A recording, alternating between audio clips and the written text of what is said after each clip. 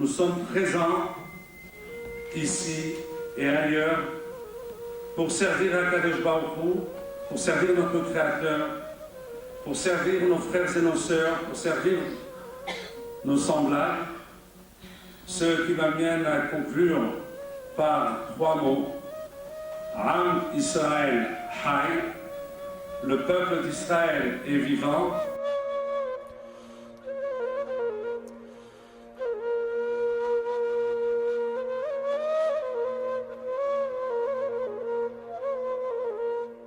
Alors évidemment, avant de commencer, je souhaite saluer la noble initiative de Torah Box et son équipe, Rav Binyamin Ben-Amou, de cette noble initiative de mettre en lumière ceux qui ont été les artisans du judaïsme en France. Rav Yehuda Maman, Zecher Tzadik Levracha, mon papa, le grand rabbin Rav Yehuda Maman, comme certains l'appellent en général, a vu le jour dans un foyer dans lequel son père, Rabbi Yahya Maman, venait du Tafilalet, il était Shohet, sa maman venait de Tlemcen. L'histoire veut que ma grand-mère Aléa Shalom, la rabbinite Esther, ayant perdu successivement 3 enfants, se rende sur la tombe du Rav de Tlemcen, Rabbi Ephraim Yankawa, pour prier avoir un enfant, évidemment, qui serait Yereshamim, qui serait destiné à Avodat Hashem. Et en rentrant, elle s'arrête devant un Talmud Torah, priant devant la mezouza, et elle demande à Kadosh Baruch Hu de lui donner un enfant qui serait évidemment dans l'étude de la Torah, qui enseignerait à des enfants. Et elle entend d'une voix unanime une classe qui répond Amen, et pour elle, elle en prend comme un signe, une promesse. Et effectivement, peu de temps après, elle tombe enceinte et vient au monde Erev Tisha B'Av, c'est en 1698. Mon père, Rabbi Haim Yehuda Yaakov Mesrod, ainsi ses parents l'appelleront, racheter votre Haïm, justement, vu l'histoire.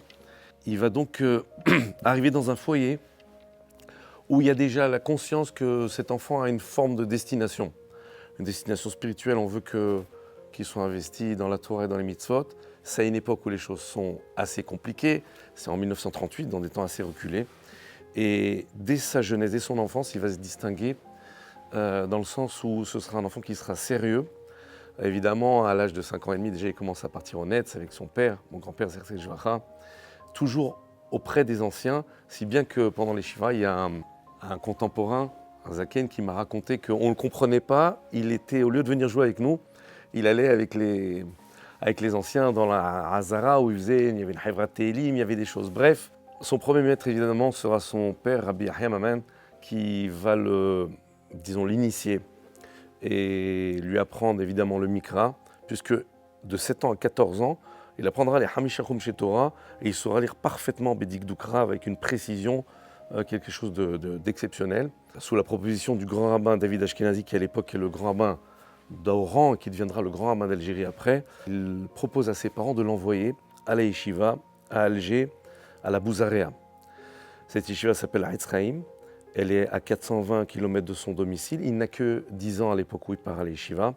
Alors évidemment, ce n'est pas facile, mais c'était, disons, ce que souhaitaient ardemment ses parents. Contre toute attente, le Rosh Yeshiva n'est pas Sfarad, ça se passe à Alger.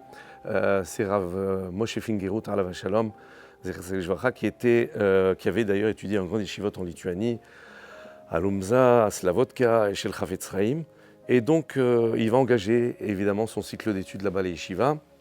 C'est un mode d'études Mistama, d'après ce que je m'en souviens, un mode tel qu'il me l'avait relaté, un mode Pshat, Rashi, Tosfot, Maharsha. Mais il y avait aussi des choses qui n'existent plus tellement de nos jours, où il y avait des Zdarim où les Bachorim apprenaient par cœur le Shulchan Aruch. Ça veut dire qu'il y avait comme ça des Zdarim. Évidemment, donc, il aura passé au moins une décennie dans cette yeshiva. Pour la petite anecdote, c'est une période de disette difficile, on est dans l'après-guerre. Une fois, il y a un seul fruit qui arrive à la yeshiva, une banane. Et donc, il y a des Bachorim, c'est une petite yeshiva, ce n'est pas des grands effectifs. Mais le dilemme pour le Rosh Yeshiva, c'est à qui on va donner ce fruit. Et l'histoire veut, mon père me l'a raconté avec beaucoup d'émotion, que le Rosh Yeshiva décide de le remettre à l'enfant qui est le plus, au Bachou, qui est le plus studieux et le plus ponctuel à la tefila le matin. Et donc, ce sera mon père, Zerzel Jvacha, qui recevra la banane, qui, plus qu'un goût de banane, avait un goût de récompense et d'encouragement. Après, il y a plusieurs événements qui vont contrarier un petit peu le cursus, puisqu'il y a les événements de l'indépendance en Algérie, également la ftira prématurée de son père, Rabbi Yahya, Zerzel Jvacha, qui va faire que les choses se précipitent un peu auprès de Rabbi David Ashkenazi. Zerzel Jvacha, il va acquérir des compétences supplémentaires. À peine à 18 ans, Donc 10 ans plus tard, à peine à 18 ans, il sera déjà Mohel. Il va aussi acquérir la qualification en ce qui concerne la Shahita. Et il va être destiné à prendre une communauté dans la périphérie de Oran. Mais les choses ne dureront qu'un temps puisque l'indépendance d'Algérie va amener un exode massif des Juifs, y compris ma famille qui, comme beaucoup de Juifs d'Algérie, vont se retrouver dans des camps de réfugiés en arrivant à Marseille un vendredi après-midi sans rien, seulement avec une valise. Très vite, il se tournera vers les instances du consistoire de Paris, du grand rabbinat de Paris, et on va lui proposer un premier poste. C'est dans les années 62, je crois savoir, un premier poste en Alsace, à Mulhouse, donc rien à voir, où il va faire quelque chose d'exceptionnel puisqu'il va, alors qu'il était rompu au Minhag et au Moussar Sfarad, qu'il a pris avec des maîtres, même la Chazanou, de façon précise, avec le grand rabbin Fima Alav Shalom, il va même s'adapter pour la Kriyat Torah, pour les airs de la Tfila au rite Ashkenaz. Ça ne durera qu'un temps puisqu'ensuite il va quitter Mulhouse. Entre-temps, il rencontre ma maman, chez Tibadel et Haïm Haoukim. Dans les années 63, ils vont se marier. Et ensuite, il prendra la direction de la communauté de Limoges. Donc, la communauté de Limoges, une petite communauté pendant quelques années. Mais pour plusieurs raisons, ils sont peut-être amenés à se déplacer. Et un beau matin, ma mère, chez Tibadel et Haïm Haoukim, dit à mon père, j'ai rêvé qu'on devait partir dans un endroit. Et le nom de la ville, je ne me rappelle pas, ça finit par Anne. A2NE, mais je ne me rappelle pas. Et donc, dans la matinée, en prenant le courrier, il y a une lettre du grand rabbin Kaplan, qui est alors le grand rabbin de France, dans laquelle il y a la proposition de venir s'installer à Villeurbanne. Et c'est là où leur vie va basculer et la vie ou l'avenir d'une communauté tout entière aussi, puisqu'ils vont venir à Villeurbanne. Ils arrivent en 1966 et tout est à faire. J'ai rencontré il y a un certain temps chez Badel et Haïm Haoukim, Rav Frankfurter, qui me disait, à l'époque il était grand rabbin à Tilsit, grand rabbin de Lyon, et il me disait, je me souviens de Rabbi Yehuda, lui était à Malherbe, c'est le nom de la rue de la synagogue, la grande synagogue de Villeurbanne Malherbe, au quartier des Gratte-Ciel, et moi j'étais à Tilsit et on était en train de faire, c'était de l'urgentisme, c'est-à-dire c'était un temps où les rabbins étaient des urgentistes. Il m'a même donné un machin, il m'a dit quand on jette une balle, elle vole et elle est portée par la puissance de l'énergie qu'on a mis dedans. Il a dit non, là tout était à faire, il fallait sans cesse rehausser, tenir. Pour vous dire, c'est un office dans une choule ashkénaze, Yeke, puisque ce sont des Allemands, un petit minyan vendredi soir, voire Shabbat matin. Et là, la problématique se trouve de mettre en place des minyanim quotidiens. Il n'y a rien, les gens sont des rapatriés d'Algérie, donc première vague. Il y a beaucoup de dispersion, il faut réunir les personnes. Mes parents commenceront par du porte-à-porte pour essayer de trouver des premiers fidèles. Et là, mon papa Zéchéra fera quelque chose d'assez exceptionnel puisqu'il commencera un minyan embryonnaire, c'est-à-dire un minyan qui est composé à moitié d'enfants qui ne sont pas encore bar mitzvah, quelques adultes qui ont adhéré, avec des consignes. Attention, si c'est l'heure de l'école, allez-y, parce qu'il ne faut pas non plus apeurer les parents, il faut que le système tienne.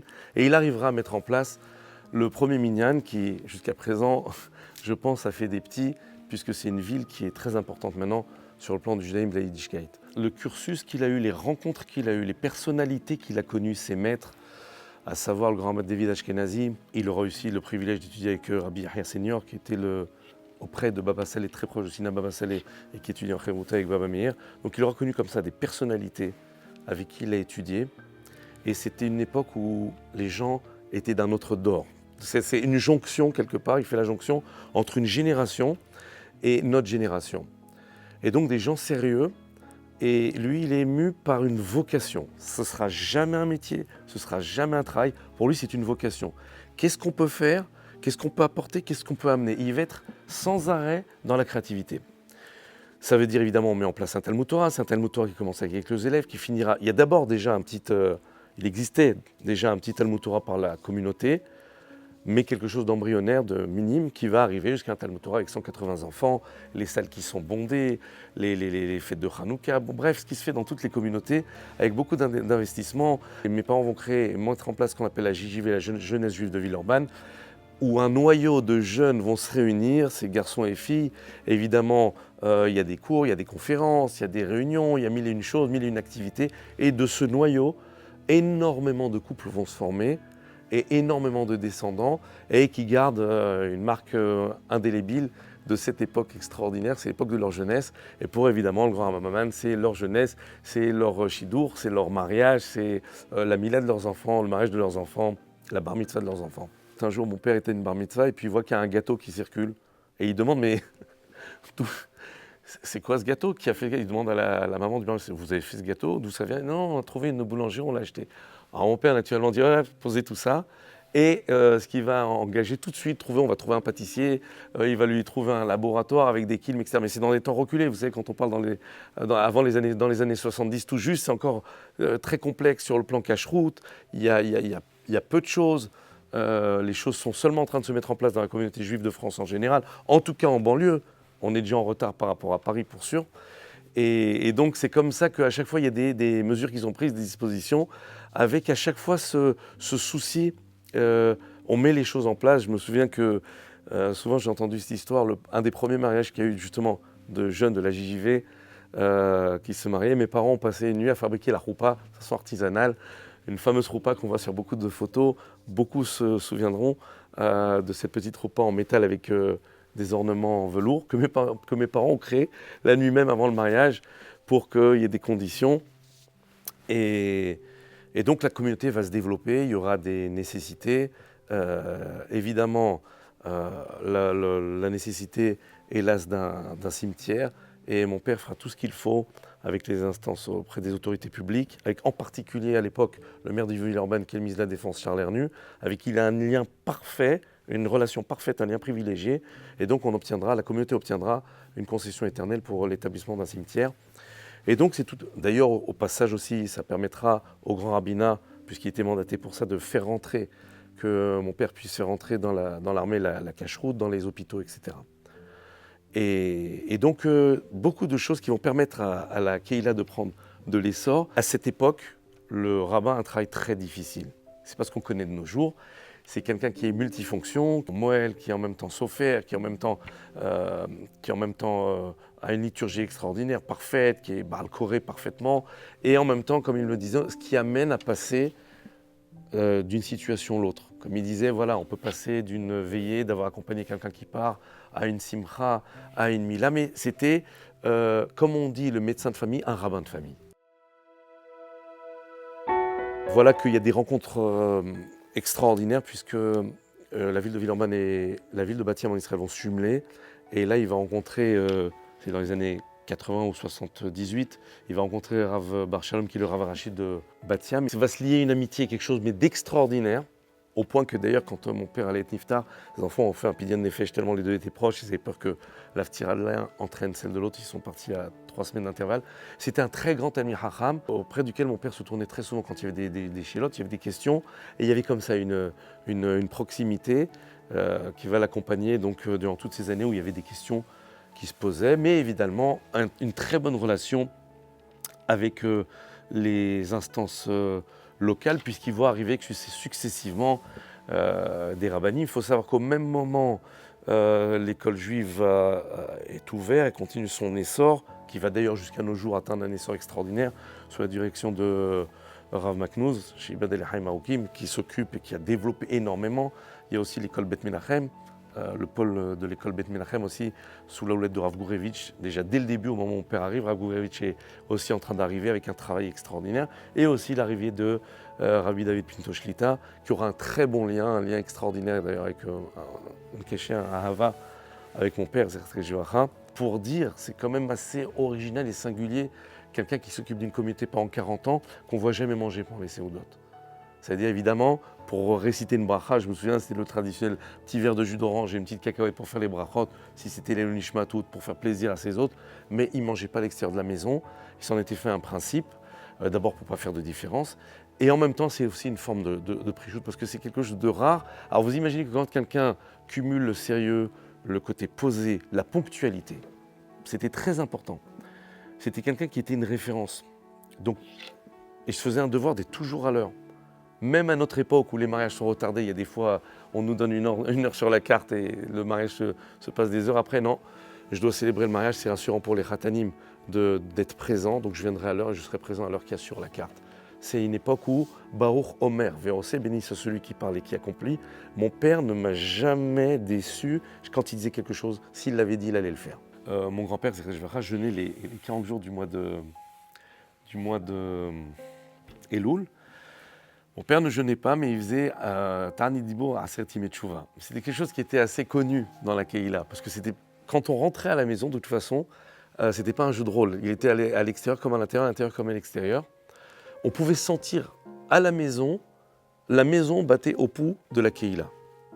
C'est-à-dire, on sentait à la maison. Si jamais, selon l'ambiance de la maison, on est dans Yamim Noraim, une espèce de concentration, un sérieux supplémentaire.